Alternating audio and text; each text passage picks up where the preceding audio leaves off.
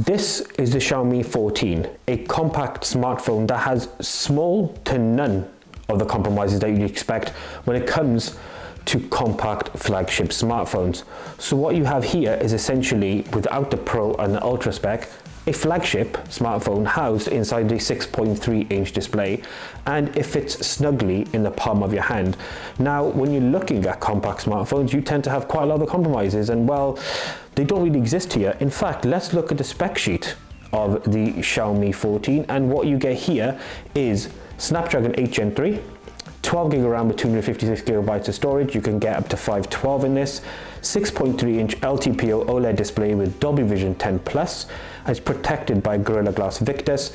4,610 mAh battery, and then charging speeds 90 watts wired, 50 watts wireless. All those specs are right at the top tier. That's no different from your Pros and your Ultras that you get in your iPhones, for example, or even in the Xiaomi 14 Ultra. Now, the difference between those two is that is like the top end of what Xiaomi offer.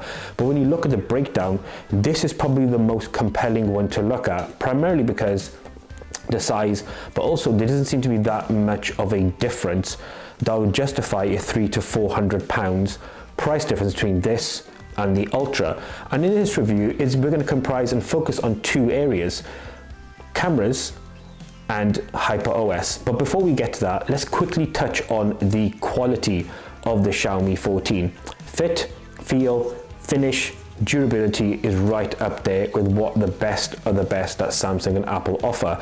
Metal frame, not titanium, that's reserved for the Ultra. And then, as we said, pocketability, ease of use, pop it in the hand is stunning. In fact, our favorite bit of the phone is actually the rear, which is where you're housing those three cameras, engineered, or co-engineered I should say, by Leica.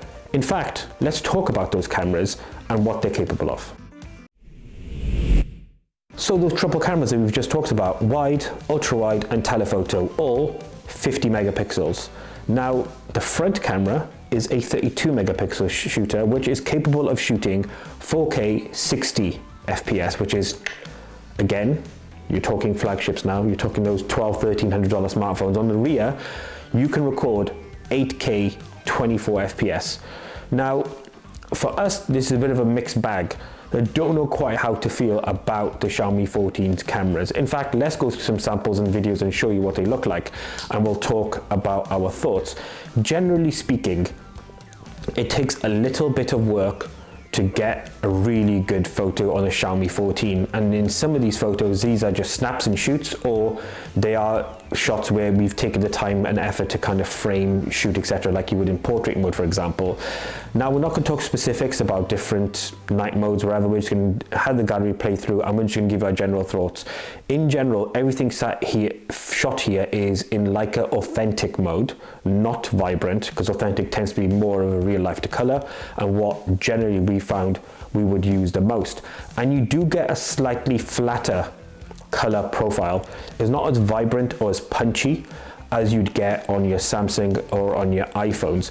So that's one thing to take into account, because when we first started using this phone, we thought, it's better than what we currently have, but it's probably better, but in a different way. Video, on the other hand, is excellent. 4K 60 FPS, punchy, great colors, great stability straight out of the box, and then 8K 24 FPS. You can use it if you want to, most people won't, but generally front and rear video is a real masterclass here, and excellent quality. The photos, on the other hand, it depends on your take. For us, we like them a lot, but they're very pixel-esque, and we've gotten used to how the Samsung profile looks. But generally speaking, the camera performance from those three 50 megapixel cameras is excellent on the Xiaomi 14.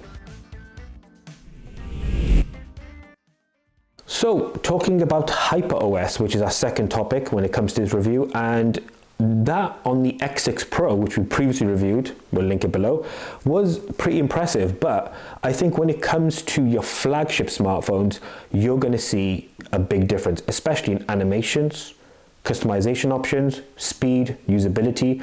I think you'll find all those transitions and all those things combined work better when you're powered by a Snapdragon 8 Gen 3 and all that huge amount of RAM, which can be up to 12 gigs. So a couple of quirky things though. Control center as we'll call it, on the Xiaomi 14 and HyperOS is a bit weird. There's no actual labeling for any of those hotkeys, but besides that, you get a ridiculous amount of options and you can use it as much and as little as you want. So we've kind of just kept it pretty plain Jane, just as it was. But if it was us, we'd probably keep 5 or 6 icons and that's about it. But then beyond that, let's talk about the OS itself and multifunction use. So single window you can have as floating, so you can kind of hover and move that around as you would, and just move your phone around and your software around and just navigate your phone as you would. So if you had a calculator there, for example, that'd be the best example. But if you wanted to use also multi-window, which allows you to have 2 apps up at the same time. And again, in this example we're showing, it is butter smooth. There's no slowdown, no letdown, anything at all. And it runs perfectly. Essentially the entire time that we use HyperOS on the Xiaomi 14, it ran perfectly. There was no glitches, no slowdowns, no ghosting, nothing. But then the screen, like we said, 6 billion colors on that 6.3-inch OLED display with Dolby Vision 10 Plus, and it shines when it comes to watching video. Obviously you get great color reproduction and great quality when you're just using the phone, but when it comes to video, it shines. It looks amazing. You get crazy detail, great colors, great color saturation. And then sound, just briefly touch on that, on the Xiaomi 14 is excellent. Fires from the top of the screen and the bottom of the phone. And well, there's no better sound than hearing a Bugatti V12 run in the background.